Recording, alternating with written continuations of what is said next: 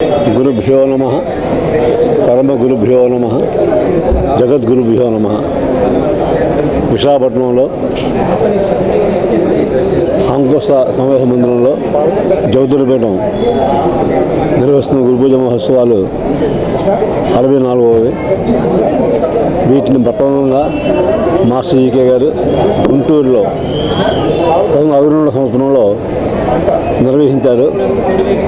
జనవరి 11, 12, 13 తేదీలలో అదే తేదీలలో జ్యోతిర్పీఠం నిర్వహిస్తుంటుంది.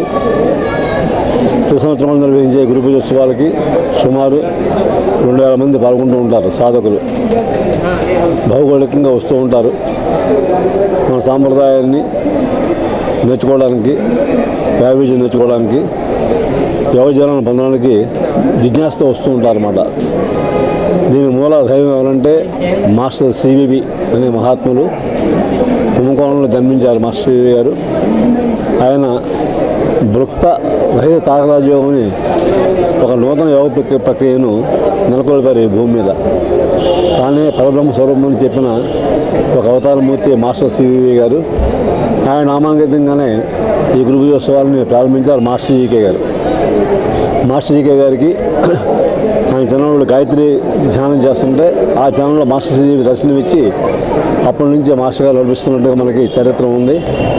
ఈ గురు పూజోత్సవాల యొక్క జయం ఏంటంటే శాంతియుతమైన సహజీవనం, దాన్ని అనుభూతిని పొందడం, పరముల యొక్క బోధనల్ని ఆకలింపు చేసుకుని ఆచరణలో పెట్టుకోవడం, అదేవిధంగా భారతీయ సంప్రదాయాన్ని పరిరక్షించడం, సనాతన ధర్మాన్ని పరిరక్షించడం అనేవి గురు పూజ ఉత్సవాలు మనకి భాగంగా కనిపిస్తూ ఉంటాయి. ప్రత్యేకించి గురు పూజ ఉత్సవాలను మనకి లభించేది ఏంటంటే ఆత్మజ్ఞానము, ఆనందానుభూతి, బ్రహ్మజ్ఞానము. ఆత్మజ్ఞానము, బ్రహ్మజ్ఞానము కలగడానికి గురు పూజలో మనకు బాగా ఉపకరిస్తుంటాయని చెప్పి మా అనుభవంతో మనం చెప్పడం జరుగుతుంది. ప్రతిరోజు కూడా ఉదయం సాయంత్రం మాస్టర్ సివి ప్రార్థన, గాయత్రి మంత్రగానం, శాంతి పాఠాలు ప్రార్థనలో భాగంగా ఉంటూ ఉంటాయి. తర్వాత 11వ తేదీ, 3 తేదీలలో కూడా ఒకరోజు రుద్రాభిషేకం, ఒకరోజు లలిత సహస్రనామ పూజ, ఒకరోజు లక్ష్మీనారాయణ పూజ, హోమం ఉంటాయన్నమాట. ఆ సంప్రదాయాన్ని మాస్టర్ జీకే నెలకొల్పారు. అదే సంప్రదాయాన్ని మాస్టర్ జీకే దేహత్యాగానంతరం 1980వ సంవత్సరం నుండి పార్వతీ కుమార్ గారు నిర్వహించడం జరిగింది. భౌగోళికంగా మాస్టర్ జీకే గారు ప్రాక్పశ్చిమ దేశాలలో జీవులను ప్రచోదనం కలిగించడానికి 7 పర్యాయాలు మాస్టర్ జీకే పర్యటించారు. తర్వాత పార్వతీ కుమార్ గారు 60 పర్యాయాలు పర్యటించి ఈ జ్ఞానాన్ని ప్రచోదనం గావించారు. ఏది వేలాది మంది జీవుల్లో సంస్కరణ ఇంపార్టెంట్. జ్యోతిర్పీఠం సంస్కరించబడాలి, కేవలం ఉద్ధరించుకోవాలి అనేది జ్యోతిర్పీఠం యొక్క ఉద్బోధం. కాబట్టి ప్రపంచం ఉద్ధరించడం కాదు, మనం ఉద్ధరించుకోవాలన్నది మాస్టర్ జీకి ఉద్బోధం అన్నమాట. దాన్ని ప్రాతిపదికగా జ్యోతిర్పీఠం పనిచేస్తూ ఉంటుంది. 20 దేశాలలో జ్యోతిర్పీఠం కేంద్రాలు నెలకొల్పబడ్డాయి. ఆధ్యాత్మిక సేవా కార్యక్రమాలతో స్వధర్మాచరణ, సత్కర్మాచరణ, దైవారాధన, కలశ జీవనం అనేది జ్యోతిర్పీఠంలో మనకి అంతర్భాగంగా మనకి అంతర్లీనంగా ఉంటుంటారన్నమాట.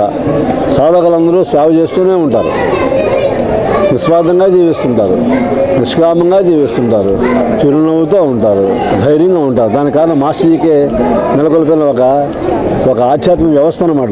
ఆ రకంగా ఆయన మాస్టర్ నెలకొల్పారు. ప్రత్యేకించి 64 గురు పూజ మహోత్సవాలు మనం నిర్వహించుకుంటున్నాం విశాఖపట్నంలో. అందులో భాగంగా మనకి ఎన్నో కార్యక్రమాలు నిర్వహించుకున్నాం. 11వ తేదీన అయితే మనకి నిన్న మాస్టర్ జీకే గారి యొక్క ప్రచురణ అయితే నిర్వహించబడింది. ప్రముఖులు ప్రసంగాలు ఇచ్చారు. అదేవిధంగా నిన్న అన్నప్రాసనలో అక్షరాభ్యాసాలు 12వ తేదీ ఈరోజు ఉపనయనాలు జరుపుకున్నాం. ఉపనయన సంస్కారాలు జరుపుకున్నాం. సాంప్రదాయ పరిరక్షణ జరుగుతుంటుందన్నమాట. అదేవిధంగా ఈరోజు ప్రాక్పశ్చిమ ఆధ్యాత్మిక సమ్మేళన సభ అని చెప్పి నిర్వహించుకున్నాం. ప్రతి సంవత్సరం కూడా 12వ నిర్వహించుకుంటున్నాం.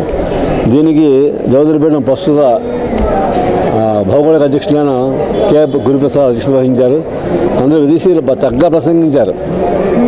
యూరప్ కోఆర్డినేటర్ లొడ్జెక్, జర్మనీ దేశాల కరీనా, స్విట్జర్లాండ్, స్పెయిన్ దేశీయురాలు రోజా మిఖేల్, అదేవిధంగా మనకి లొడ్జర్ ప్రసంగించారు. వాళ్ళ ప్రసంగాలు చాలా బాగున్నాయి. వాళ్ళు ఏంటంటే జగద్గిరిపేటకు వచ్చే ముందు వాళ్ళు తిరుపతి వెళ్తుంటారు, రమణాశ్రమం వెళ్తుంటారు, సింహాచలం వెళ్తుంటారు, పుణ్యక్షేత్రాలు దర్శనం చేసుకుంటుంటారు. అందులో ఒక ఆవిడ చెప్పింది అనమాట, తిరుపతి దర్శనం అయిన తర్వాత దాని జీవితం మారిపోయిందని చెప్పి. అంటే భారతదేశంలో పుణ్యక్షేత్రాలు ఉంటాయి కదా, పుణ్యతీర్థాలు ఉంటాయి కదా, దేవాలయాలను కూడా మనకి అయస్కాంతీకరణ కేంద్రాలుగా మనం భావన చేస్తుంటాం, అయస్కాంతీకరణ చెందుతుంటాం. మనం జీవుల్ని తరము చేయడమే మాస్టర్ సివి యొక్క యోగమానము. జీవుల్ని చదివించడం అనేది మాస్టర్ యొక్క జీవన మార్గం. ఆ రకంగా కొన్ని వేల మంది వస్తూ ఉంటారు. ఇంతవరకు కొన్ని వందల మంది ఉపనయనాలు ఇక్కడ చేస్తున్నారు. ఉదాహరణ నా ఉపనయనం ఎక్కడ జరిగింది, నాది కానీ మా తమ్ముళ్ళది కానీ మా పిల్లలది. అంటే సాంప్రదాయాన్ని పరీక్షించాలంటే మనం ఆచరించాలి కదా. ధర్మ బోధన కన్నా ధర్మాచరణ గొప్పతనం మాస్టర్ గారు. ధర్మ ప్రచారం కన్నా ధర్మాచరణ గొప్పతనం వారు. ఆయన సనాతన ధర్మం ఆచరించే ఒక సంస్థ జగద్గిరిపీఠం. చాలా ఉన్నాయి. జగద్గురు అంటే ఎవరు? శ్రీకృష్ణుడు, శ్రీరాముడు, బుద్ధుడు, జీసస్ క్రైస్టు, ఆదిశంకరుడు, అంత జగద్గురువులే. ఎవరైతే భూమికి దిగి వచ్చి ధర్మ సంస్థాపన చేస్తామో జగద్గురువులో భావం చేస్తుంటాం మనం. మన జగద్గిరిపీఠంలో గురుబయ్య వెదుగు చూస్తే మీకు అందరు గురుమూర్తులకు ఉంటారు. అది ప్రత్యేకత, జగద్గిరిపీఠం ప్రత్యేకత అది. అంటే అందరినీ గౌరవిస్తుంటాం, అందరినీ పూజిస్తుంటాం, అందరినీ ఆరాధిస్తుంటాం. ఇక్కడ కులాతీతం మతాతీతంగా జరుగుతుంటుంది. ఇక్కడ గురు పూజ ఉత్సవాలు అంటే అందరికీ సమానమే. ఇక్కడ ఫీజులు ఏముండవు, ఖర్చులు ఏముండవు, అంతా ఫ్రీయే. అది మాస్టర్ జీకే గారి యొక్క యజ్ఞాధ్యానానికి సంకేతం ఏంటంటే అంతా ఫ్రీగా ఉంటుంది ఇక్కడ. వాళ్ళ గురు పూజలు నిర్వహించడానికి ప్రధాన కారణం ఏంటంటే పార్వతకుమార్ యొక్క మార్గదర్శకత్వం. జగద్గిరిపీఠం యొక్క కార్యనిర్వాహక బృందం ఉంటుంది, కాంతి గణపతులు ఉంటారు, కార్యవర్గ సభ్యులు ఉంటారు, సలహాదారులు అందరూ కలిపి సమిష్టిగా నిర్వహించే ఒక యజ్ఞమే గురు పూజ. గురువును పూజించడం అంటే గురువును అనుసరించడమే. మాస్టర్ మార్గంలో మనకి ఏంటంటే అనుసరణే ముఖ్యం, అనుకరణ కాదని మన పెద్దలు చెబుతుంటారు. అనుసరించితేనే అనుభూతికి వస్తుందన్నమాట. అలాంటి గురు పూజ ఉత్సవాలు బాగుండడానికి వేలాది మంది సాధకులు వచ్చారు. వాళ్ళందరూ ఆనందాన్ని పొందుతుంటారు, తన్మయత్వం పొందుతుంటారు. అందరికీ 3 రోజులు కూడా ఉదయం ఉపాహారము, మధ్యాహ్నం లంచ్, రాత్రి డిన్నర్ అన్నీ కూడా ఉచితమే. అది కూడా ఆదరణ చాలా బాగుంటుంది. గురు పూజలో ఆదరణ మహత్తరమైనది. అంటే అందులో దైవాన్ని చూస్తుంటాం మేము. దైవం సర్వాంతర్యామి కదా, ఆయన చూసే మేము సేవ చేస్తున్నాం. ఉదయం ఈరోజు హోమియోగోష్ఠి అద్భుతం. జగద్గిరిపేటలో హోమియో సేవ యజ్ఞంగా చేస్తుంటాం. డాక్టర్ కెఎస్ శాస్త్రి గారిని కొంచెం ప్రసంగించారు, డాక్టర్ రామేశ్వర గారిని, డాక్టర్ బి శ్రీనివాసరావు గారిని, డాక్టర్ పిడుగు రమణ గారిని, డాక్టర్ పివి కాకినాడ కేంద్రం పివి రామారావు గారిని, అందరూ, అలాగే చంద్రమోహన్ గారిని. జగద్గిరిపీఠంలో హోమియో సేవ పవిత్రంగా చేస్తున్నాం. గురు పూజలో హోమియో గోష్ఠి అనేది ఒక విశిష్టమైన కార్యక్రమం. అది ధనిష్ఠ ఫౌండేషన్ సంస్థ ఉంటుంది మనకి. అది కూడా మాస్టర్ పుస్తకాలు ప్రచురిస్తుంటుంది. అది రేపు ఉంటుంది. అంటే జ్ఞానయజ్ఞం ప్రధాన జ్ఞానయోగము, కర్మయోగము, భక్తి యోగం అనేవి ప్రధానంగా మనకి ఉపదేశించబడుతుంటాయి. తత్కారణంగా ఉద్ధరించబడుతున్నాం అన్నమాట. ఈ రకంగా గురు పూజ ఉత్సవాలు నిర్వహించుకుంటుంటాం. 64వ గురు పూజ ఉత్సవం అంటే అది మాస్టర్ జీకే సంకల్పం, మాస్టర్ శ్రీ అనుగ్రహం. ఎంత గొప్పది! గురు అనుగ్రహం ఉంటే అన్నీ ఉంటాయి మనకి. అది నమ్ముతాం మేము అందరం కూడా. గురువు అంటే ఈశ్వరులే, గురువు అంటే పరమాత్మ స్వరూపమే. కాబట్టి సద్గురు అందరూ కూడా ఈశ్వరుని ప్రతినిధులే కదా. ఆ గురు పరంపరకు సంబంధించిన ఒక సంస్థ జగద్గిరిపీఠం. తరములు లేక ప్రబోధాలను ఆచరిస్తూ ఉంటాం. అదే ఇక్కడ ప్రధానమైన సందేశం. కాబట్టి బోధన కన్నా సాధన గొప్పది. కాబట్టి ఈ గురు పూజ ఉత్సవాలకి అందరూ అందుకే వస్తూ ఉంటారు. హైదరాబాద్, బెంగళూరు, మైసూరు, బళ్ళారి, రాజమండ్రి, హైదరాబాద్, విజయనగరం, శ్రీకాకుళం, ఖరగ్పూర్, ఇంకెన్నికంత ఉన్నాయో అందుకని నుంచి ఎంత ఉత్సాహంగా వస్తుంటారు. గురువులు ఎప్పుడు వస్తాయని ఎదురుస్తుంటారు అన్నమాట. గొప్ప విషయం. సంవత్సరం ఎదురు చూస్తుంటారు. అంటే అంత ఆనందం అనుభవిస్తారు. కాబట్టి ఆనందం కోసం వస్తుంటారు అన్నమాట.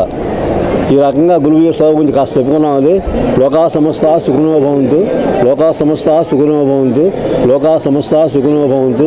ఓం శాంతి శాంతి శాంతి.